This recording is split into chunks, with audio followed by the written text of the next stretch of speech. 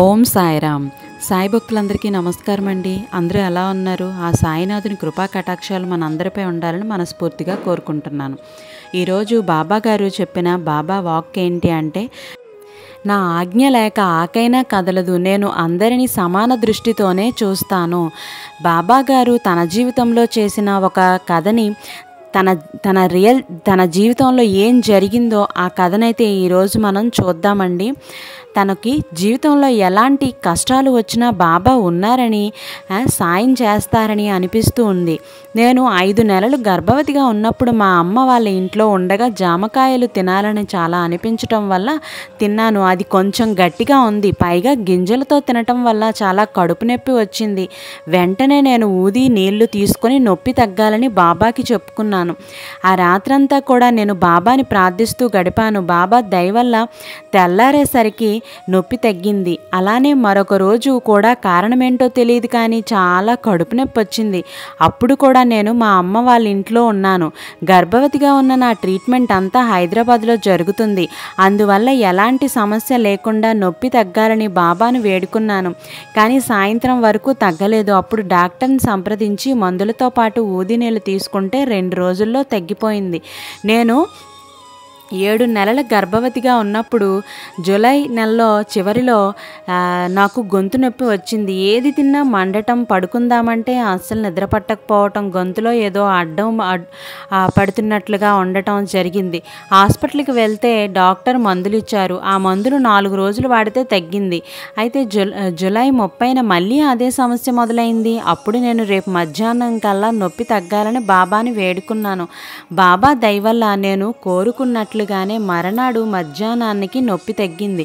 ఒకసారి మా రెండో అక్కకి అన్నం తిన్న వెంటనే కనీసం 10 నిమిషాలు కూడా కాకముందే మళ్ళీ తీవ్రంగా ఆకలి వేయటం, కడుపులో తిప్పటం, వాంతి వస్తున్నట్లు ఉండటం జరిగింది. అక్కకి అసలు ఏం జరుగుతుందో అర్థం కాలేదు. అలా కొన్ని రోజులు గడిచాక మా పెద్దక్క ఎలాంటి సమస్య ఉన్న ఒక భక్తురాలు సమస్య తగ్గితే అది నేను చదివాను, విన్నాను అని ఆ అనుగ్రహాన్ని పంచుకుంటానని బాబాకి చెప్పుకుంటే సమస్య తగ్గిందంట అని రెండో అక్కతో చెప్పిందంట. అప్పుడు తను కూడా ఆ భక్తురాలిని లాగానే బాబాని వేడుకొని హాస్పిటల్కి వెళ్ళింది. బాబా దయ వల్ల కొన్ని రోజులకే సమస్య తగ్గింది. థ్యాంక్ యూ బాబా.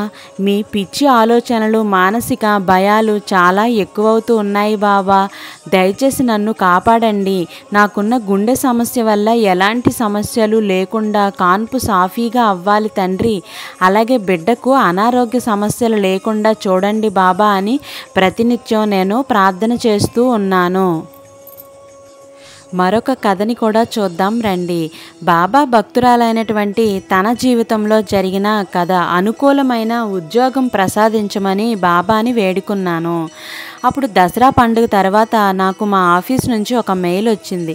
దాని సారాంశం ఏంటంటే, లే ఆఫ్ కారణంగా నా ఉద్యోగం పోయింది అని.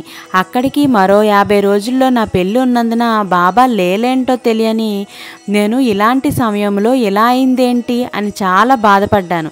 అదే రోజు రాత్రి బాబా నాకు కలలో కనిపించి, రేపటి నుంచి కార్తీక మాసం ప్రారంభమవుతుంది కాబట్టి ప్రతిరోజు శివాలయంకి వెళ్ళి పూజ చేసిరా, అలానే ప్రతిరోజు హనుమాన్ గుడికి కూడా వెళ్ళు, ఇంకా నా ప్రయత్నాలు నువ్వు చెయ్యు అని చెప్పారు. అప్పుడు నేను నిద్రలేచి అమ్మకు బాబా చెప్పింది చెప్పాను. ఆమె బాబా ఆదేశం పాటించమని ప్రతిరోజు ఉదయం మర్చిపోకుండా నన్ను గుడికి పంపింది. నేను రోజు గుడికి వెళ్ళటం, వచ్చాక అన్ని కంపెనీలకు నా రెజ్యూమ్లు పంపి బాబా మీద భారం వేసి రిప్లై కోసం వేచి చూస్తుండేవాడిని. అలాగే ఒక సోమవారం నాడు కూడా గుడి నుండి వచ్చాక ఒక కంపెనీకి నా రెజ్యూమ్ మెయిల్ చేశాను. అదే రోజు సాయంత్రం నా మెయిల్కి రిప్లై వచ్చింది. అక్కడ నుండి 3 వారాల్లో ఆ కంపెనీలో నాకు ఉద్యోగం కన్ఫర్మ్ అయింది అని. అక్కడికి 3 వారాల్లో నా పెళ్ళి బాబా దయతో ఎటువంటి ఇబ్బంది లేకుండా జరిగింది. 3 వారాల తర్వాత నేను కొత్త ఉద్యోగంలో జాయిన్ అయ్యాను. ఆ తర్వాత నాకు అర్థమైంది బాబా లేలేంటో అది. నేను ముందు పనిచేసిన కంపెనీలో 2 సంవత్సరాలు 5 నెలలు పనిచేశాను. ఈ కాలంలో కంపెనీ షిఫ్ట్ టైమింగ్ సరిగా లేక నా ఆరోగ్యం కొంచెం పాడైంది. జీతంలో కూడా ఎటువంటి పెరుగుదల లేదు. అదీ కాక 2వ సంవత్సర ప్రారంభంలో ఆఫీస్కి రమ్మంటే నేను వెళ్ళని కారణంగా నాకు ఇచ్చే అలివెన్సెస్ కూడా తగ్గించేశారు. అందువలన నేను కంపెనీలో జాయిన్ అయినప్పుడు అందుకున్న జీతం కంటే తక్కువ జీతం నాకు వస్తూ ఉండేది. బాబా నా ఆరోగ్యం కోసం మంచి టైమింగ్, మంచి వర్క్ కల్చర్ని మునుపటి కంటే ఎక్కువ జీతం ఉన్న మంచి కంపెనీలో నాకు ఉద్యోగం అనుగ్రహించారు. నేను ఈ అనుభవాన్ని బాబా మీద శ్రద్ధతో చేశాను. ఆయన మనకు మంచి చేస్తారని సబూరి మనకు ఉంటే చాలు, మొత్తం బాబా చూసుకుంటారని నాకు అర్థమైంది.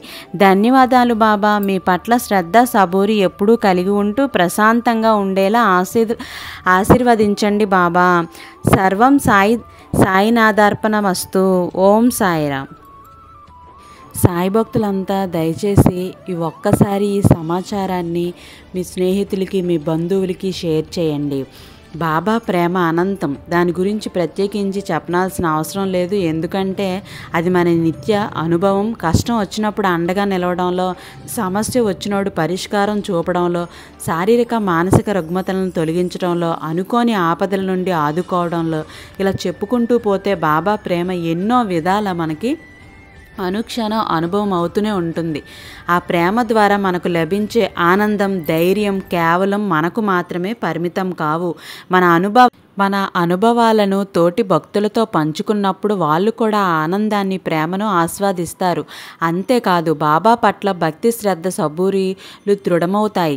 కొన్నిసార్లు భక్తులు ఉండే స్థితిని బట్టి వారికి బాబా ఉన్నారు, రక్షణ ఇస్తారు అనే ధైర్యం కూడా కలుగుతుంది.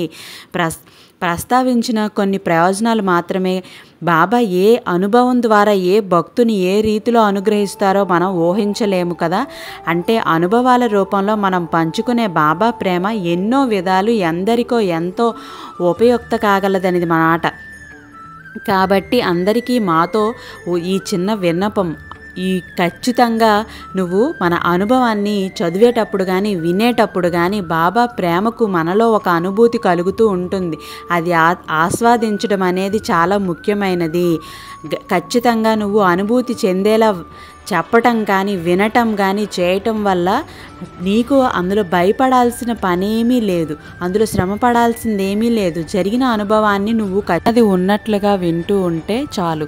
మనకు వచ్చిన కష్టం, సమస్య, ఆ సమయంలో మనం పడిన ఆందోళన, కష్టం తీరడం కోసం బాబాపై ఆధారపడడం, ప్రార్థనలు చేయటం, బాబా అనుగ్రహించిన తీరు, ఆ అనుభవం ద్వారా మనం పొందిన అనుభూతిని ఇవన్నీ వింటూ ఉంటే నీ మనసుకి ఎంతో ప్రశాంతంగా ఉంటుంది. బాబా మనకు ప్రసాదించే ప్రతి అనుభవం ద్వారా ఏదో ఒకటి మనం నేర్చుకోవచ్చు. అది గ్రహించగలిగితే నువ్వు ఖచ్చితంగా ఒక మంచి అనుభూతిని నీ తోటి భక్తులతో కూడా ఇవ్వటం వల్ల నువ్వు కూడా ఎంతో సంతోషంగా, ఆనందంగా ఉండగలుగుతావని నేను మనస్ఫూర్తిగా కోరుకుంటున్నాను.